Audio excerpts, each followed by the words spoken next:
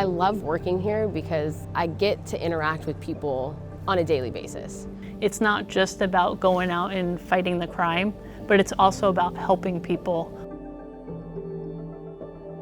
Being here at an international airport means that essentially I have millions of citizens that I have to keep safe. We have this unique environment where we deal with stakeholders, we deal with the traveling public, and so for me that in itself is a unique experience because I've never before I came here had to handle a call on an airplane.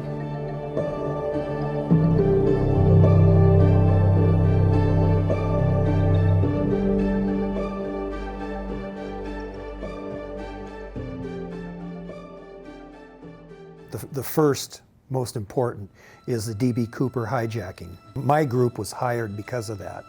There was 35 of us, which doubled the size of the department, and that was in November 24th, 1971 when Cooper did the hijacking. The port went into a radical hiring process, and the next 6 months there were the 35 of us that went to the academy in March of 1972.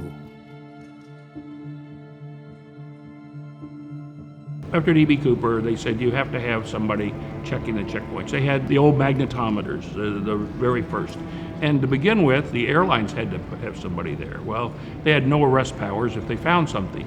And so then they said there has to be a qualified law enforcement officer. The entire aviation industry went to police. Some of them went to city, some of them went to state police. Very few of them formed their own police department.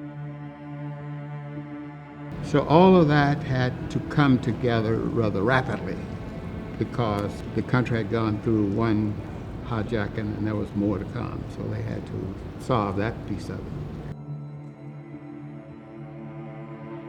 Originally, they were guides, and they were there to really just assist the public. It wasn't a security function at all, and it morphed into that. Well, when we first hire on, the mandate from the FAA to the port, all airport operators, was that they provide ground screening. And we were tasked with monitoring that. At the time, there were 6 checkpoints. Those checkpoints had to be manned 24/7 by us, and we were called provisional officers at the time. We weren't really an officer.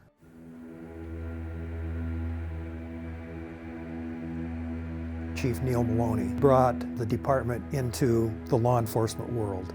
The port hired him to come in and more or less professionalize the police department, which he did. He started different programs such as the bomb squad, K9, dive team. He sent an officer to DEA so that we could combat the drugs flowing through the airport.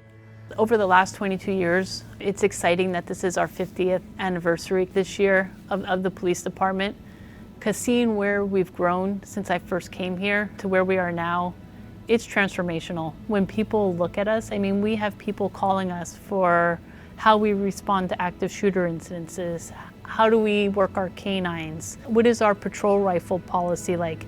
People are looking at us as leaders in so many different areas.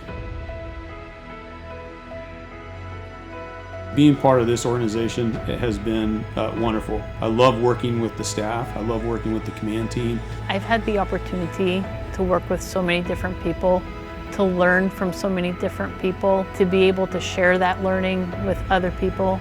The Port of Seattle Police Department has so many opportunities. It's a great department to work for in terms of growth and improvement and movement. There's great opportunity with where we're at and where we've been over the last couple of years to really move the department forward. And so there's really opportunity to build that type of an organization and to reach that vision.